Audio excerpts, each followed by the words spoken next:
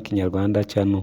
Uyu munsi murabona akantu nyine tugiye kudizayininga ni agasiteya tizenara shaped steya but ntabwo kari komplike cyane ariko nta nubwo koroshye gasaba utuntu tugiye tandukanye. Iyi ni nk'ari faze ya mbere turakora nyine aka kantu ka 3D kameze gutya, ubundi faze ya kabiri tuzahita dufata dushireho za layering cyangwa se twaturinda abasazi. Okay, ndagushimiye rero but ntabwo nari mperutse kwa uploadinga bitewe nyine n'impamvu zigiye zitandukanye, ariko uyu munsi ndakeka nabaye tayari tugiye gukomeza nk'uko bisanzwe kabisa. Ni wari usanzwe ubona video za online class 1 Kinyarwanda channel ni nayo ubwo nyine uraza kuyireba.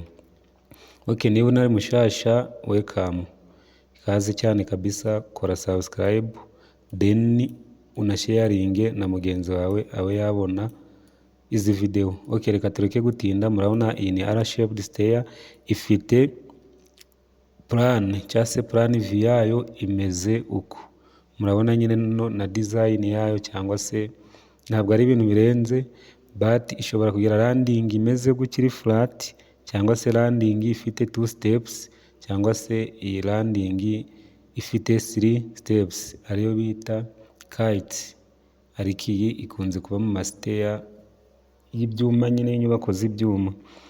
Reka turebe rero iyi ifite landing iri flat. Turaza hano muri AutoCAD nk'uko bisanzwe then kariya reka tube tukadiritinze kubera ko n'ubundi tunarabona kameze kuriya. Nitumara kukadiritinga tuze dufate top, nitumara gufata top tuze tudizayininge nk'uko bisanzwe.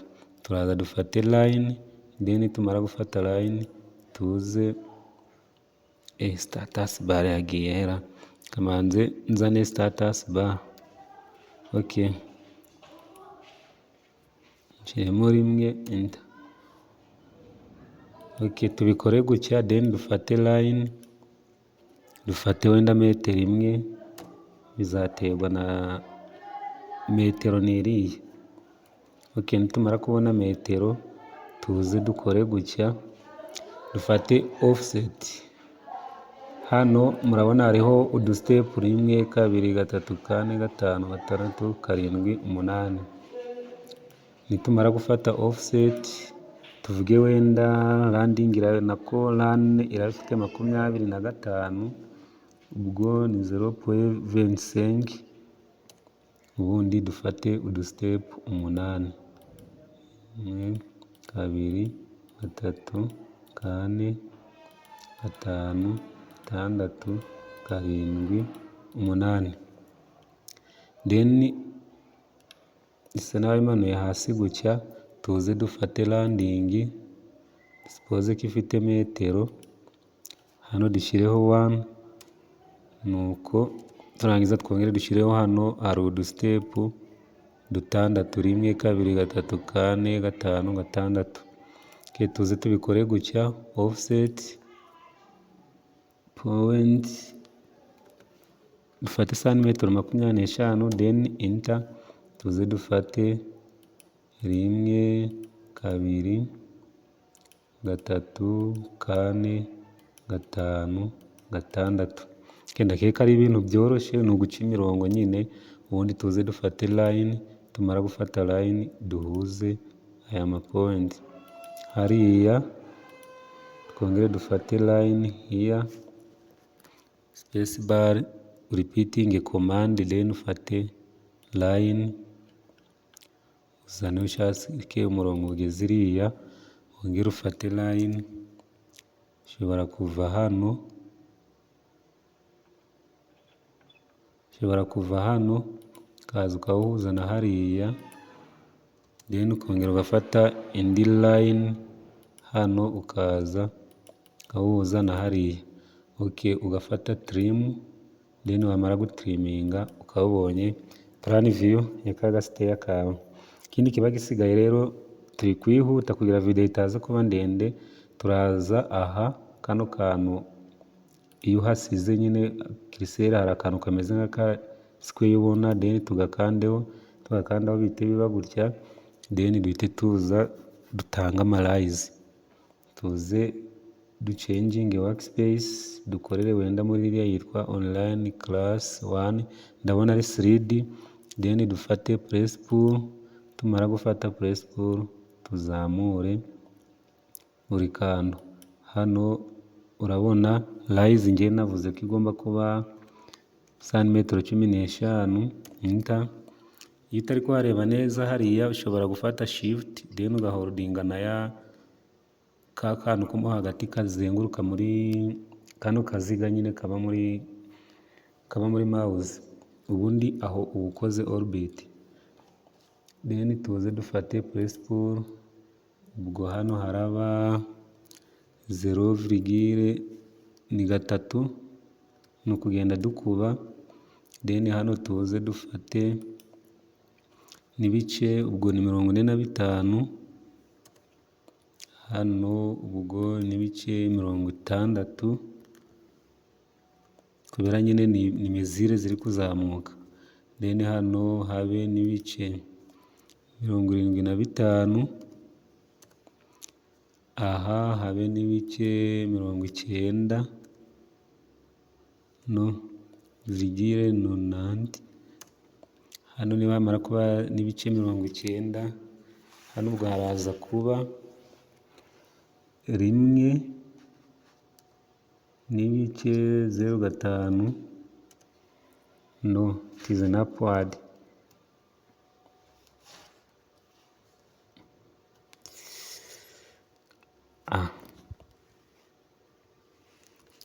Ntabwo nabyemera, ubwo kano reka nka deleting, then nze mfate press pull nari ngeze kuri 1.05, 1.05, then ivuye kuri 1.05 uraza kuri 1.2, ubwo ni hano 1.2, then wava kuri 1.2 ukaza kuri 1.35,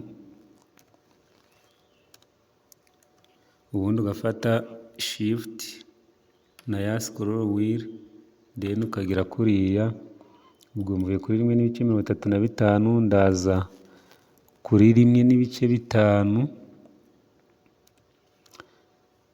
wamara kuva kuri 1.5 ni ukugenda nyine uteranyaho 0,15 bingana na santimetero 15, ubwo ni 1.65, wamara gufata 1.65 ugafata 1.8,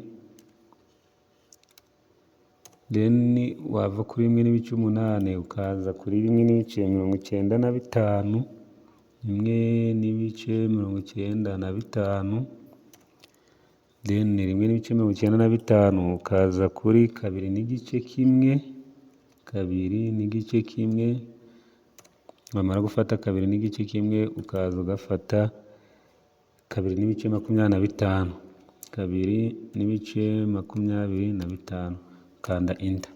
Murabona tuze hano kuri orbit, murabona nyine kano kantu ukuntu kameze, murabona nyine ni step, urabona step zigiye gutya ukongera ukarandinga gake, ubundi ugahita wongera kuzamuka hano.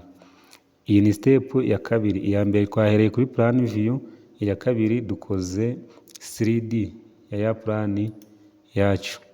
Ubu hari indi step igiye gukurikiraho.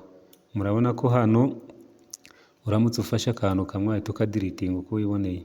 Tugiye gufata kino gice cyose dufite tugihuze, nta kindi turakora rero, turaza tugiselecting, then after selection tuze hano kuri solid union, cyangwa se dukande solid union, then tuze duselecting object dushaka guhuza,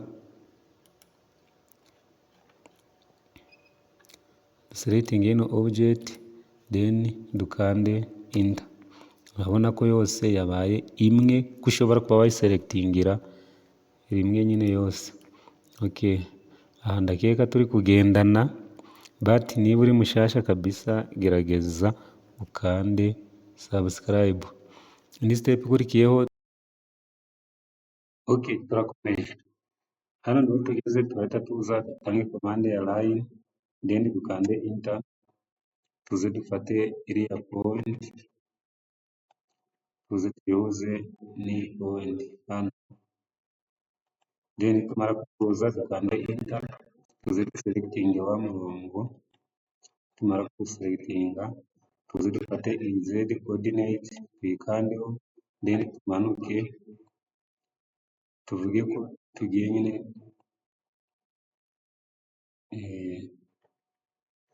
tuvuge ko tugiye gukopiya kuri 0.15, 0.15, dukande enter, ubwo hariya ni santimetero 15, then twongere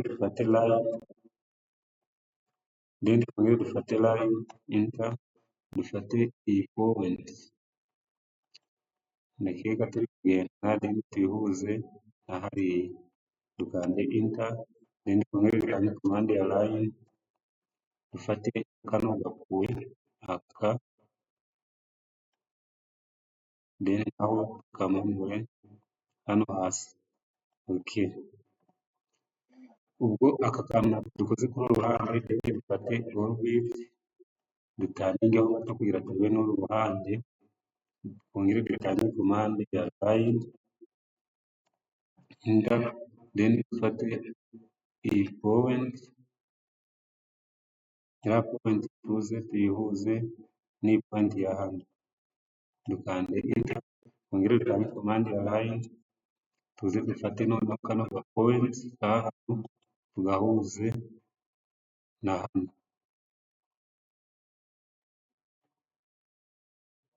hari nyine iriya indi ya hano aba ariyo tubihuza,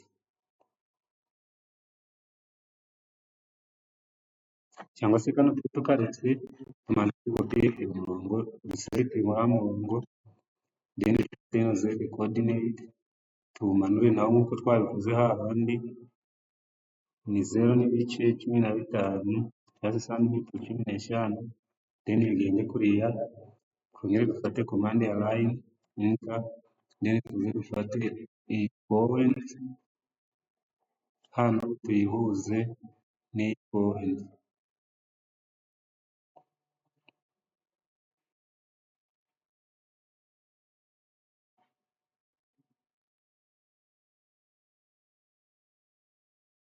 bihuze n'iya point ya hariya, nuko ndi kubona biri kwanga guhura hino, sinzi uko bimeze, okay, tubihuze ntari, dukande enter, tuze dufate dutange command ya fillet, enter, tuze dufate iyi line, then twongere dufate iyi line, urabona ko bari kumbwira ko bitari ko corona, ubwo ni ukuvuga ko nyine hari umurongo utameze neza, uriya murongo tuwudiritinge, uyu murongo twaselectinze hano tuwudiritinge, then tuze dufate line, dufate iyi point, tuze tuyihuze n'iriya, okay, dukande enter, then F for fillet, enter, dufate line, tuze tuhuze n'uyu, okay, murabona ko fillet yakoretse, ikindi gisigaye ni ugushakisha nyine ukuntu turasigara na kariya kantu gafite thickness ya stair, ikintu cyose kikaba, nta kindi twifashisha rero uretse kwifashisha press pull, iyi press pull command, tuze dufate command ya press pull, then dufate hariya, murabona nyine ni press pull, ukagenda aho ushaka, twerekeza hariya, kariya turimo, then dufate na hano, tugende kuriya, murabona ko dusigaranye kano kantu kari kwerekana thickness ya stair, okay, iyo tugeze hano rero biba bisa naho birangiye, murabona 3D ya bino bintu nuko iteye, 3D stair, then turaza rero dufate duselecting aka ka solid, then tumara kugaselectinga tuze dukore move, tube twakamuvinga nyine ahantu dushaka,